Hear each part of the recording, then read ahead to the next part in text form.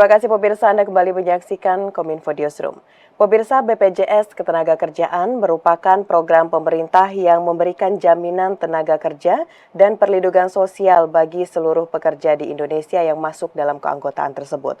Program ini telah menolong banyak pekerja Indonesia dari kehilangan pekerjaan oleh berbagai risiko pekerjaan. Namun pemirsa, beberapa pekan terakhir BPJS Ketenagakerjaan dihempas isu bocornya data peserta BPJS Ketenagakerjaan imbas dari peretasan PDN. Dan pemirsa, untuk mengetahui hal tersebut bagaimana klarifikasinya, kita akan berdialog pada malam hari ini bersama dengan Asisten Deputi Komunikasi Humas selaku PPS Deputi Komunikasi BPJS Ketenagakerjaan, dan telah bergabung bersama kita Bapak Budi Hananto. Halo, selamat malam Pak Budi, salam sehat. Selamat malam. Baik, Sehat Pak semua. Budi, ini Ya. harus segera ditanggapi Pak oleh BPJS Ketenagakerjaan terkait dengan serangan ransomware yang menyerang PDN beberapa minggu lalu. Apakah ini juga berdampak terhadap bocornya data dari peserta BPJS Ketenagakerjaan, Pak Budi? Ya, oke. Terkait adanya dugaan perentasan data BPJS Ketenagakerjaan, ya, kami sampaikan bahwa hal ini adalah isu lama yang tidak benar, ya. Jadi ini adalah isu tahun 2023 bulan Maret waktu itu.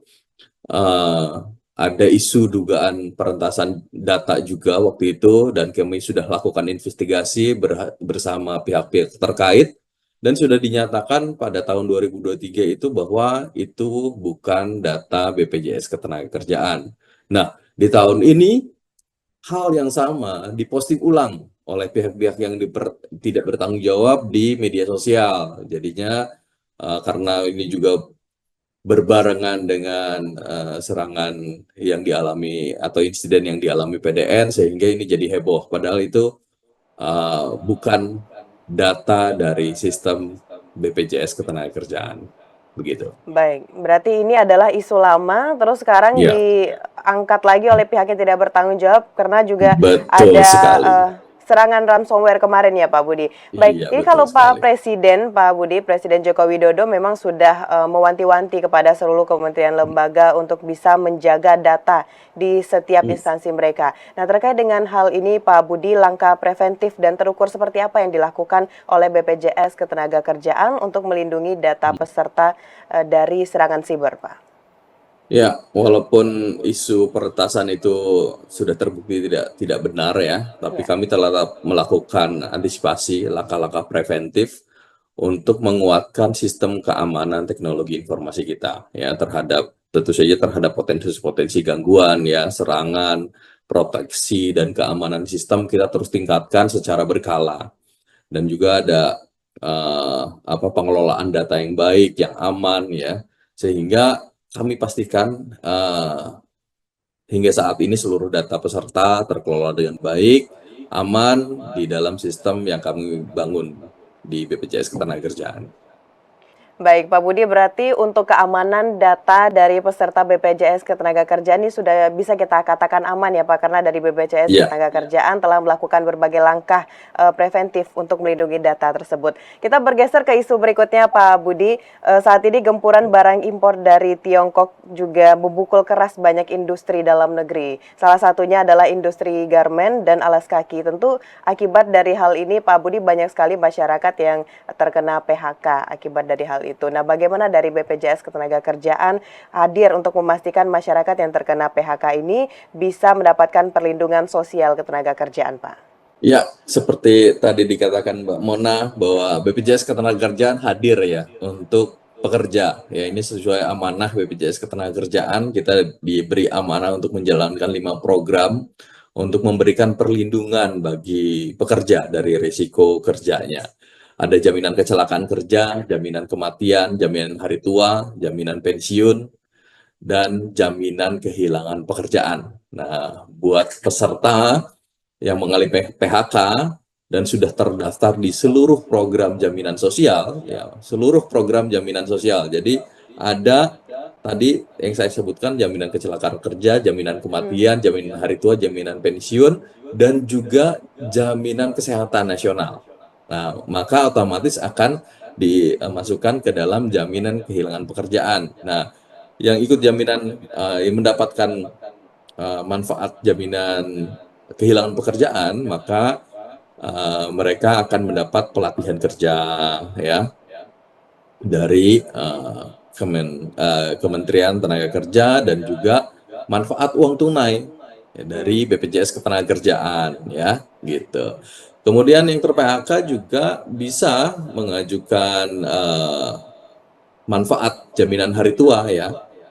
Kita sudah ada berbagai kanal yang kita siapkan untuk mengakomodir mereka yang ter-PHK untuk mencairkan manfaat jaminan hari tua. Ya, ada kantor fisik, ya kantor cabang kita yang tersebar di seluruh Indonesia. Ada lapak asik layanan tanpa kontak fisik. Jadi Oke. online begitu ya. Kemudian yang ketiga ada lewat aplikasi JMO, Jam Sostek Mobile. Itu akan lebih mudah lagi ya. Hanya menggunakan aplikasi yang ada di tangan Anda langsung mengakses di mana saja dan kapan saja.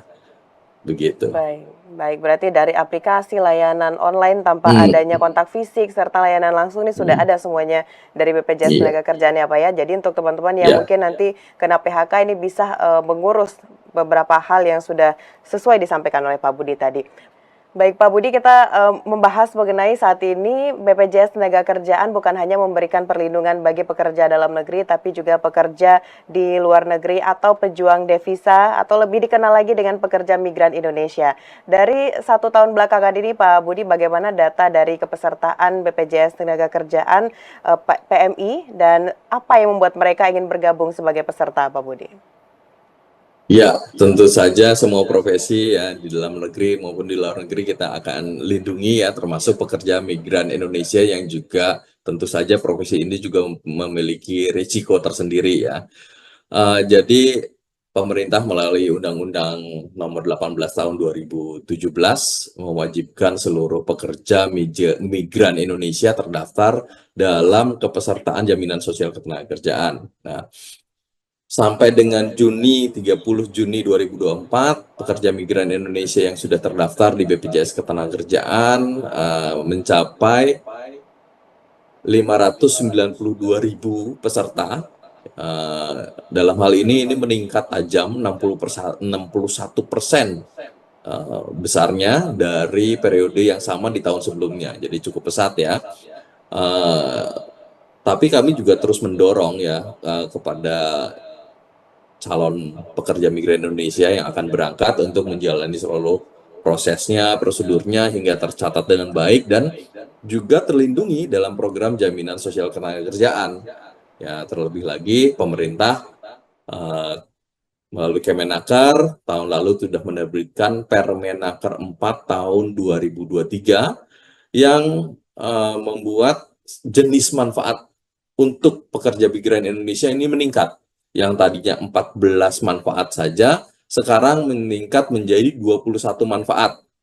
7 diantaranya merupakan manfaat baru dan 9 manfaat nilai tambahan lainnya. Ya, jadi kalau secara data sejak tahun 2017 sampai saat ini,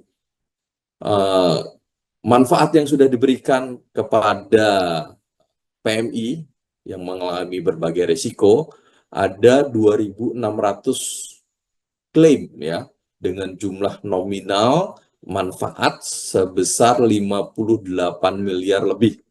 Jadi cukup besar ya manfaat yang diberikan untuk pekerja migran Indonesia.